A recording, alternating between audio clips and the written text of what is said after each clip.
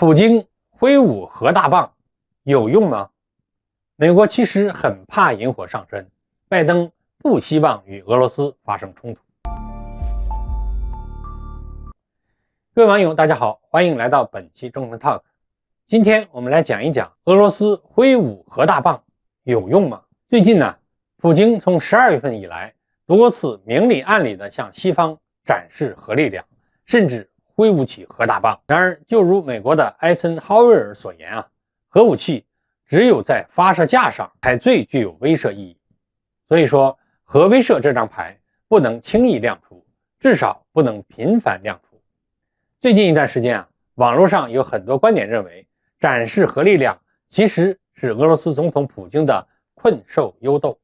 由于经常挥舞核大棒，俄罗斯的核威慑牌还有用吗？其中有一个比较公认的转折点，那就是普京挥舞核大棒的力度不断加大的同时，美国反而从不鼓励乌克兰攻击俄罗斯本土，逐渐转变为默许乌克兰袭击俄罗斯境内目标了。然而若是认为美国官员不担心俄罗斯核弹天降，那同样是过于天真了。12月22号，美国华盛顿邮报发文称，在近日的战争峰会上，拜登总统和泽连斯基在对于如何结束俄乌冲突这个问题上出现了新的分歧。泽连斯基强调，对俄罗斯的胜利应该是全面的胜利，这其中可能涵盖克里米亚，甚至包括反向去军事化，乃至长期的经济外交制裁，要使俄罗斯再也无力对乌克兰发动战争。但是拜登总统却不希望过于逼迫普京，比如向乌克兰提供可以打击俄领土的远程导弹，导致北约和俄罗斯的全面直接冲突。拜登认为，只需要让俄罗斯认识到无法赢得这场战争，俄乌冲突就有希望在谈判桌上结束。拜登的言论可以说充分体现了美国在对俄战略上另一种形式的说一套做一套，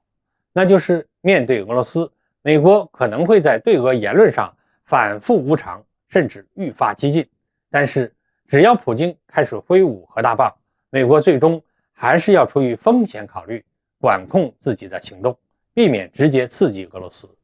毕竟谈到冒险主义，古巴导弹危机可是差点就把美苏推向了核战争。而美国不断拱火俄乌冲突，其本质上还是想借机操控大宗商品价格，以能源危机来收割欧洲财富，顺便再发一下战争财。因此冲突范围的可控，冲突前景的可控，对于美国继续维持世界霸权地位是十分关键的。拱火的人怎么能引火烧身呢？所以大家可以注意到了，美国近1个月以来，虽然顶着普京的核大棒不断破天荒地发表各种挑衅俄罗斯、支持乌克兰的言论，但是实际在行动上，美国却十分的谨慎。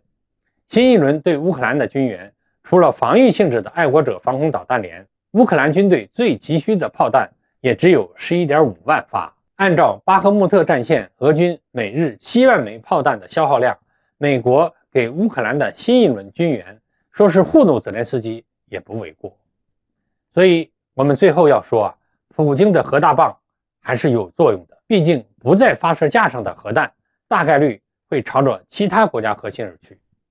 美国资本是喜欢铤而走险的，然而若是有更稳妥的高收益渠道，美国资本还是会更倾向于把控俄乌冲突现状。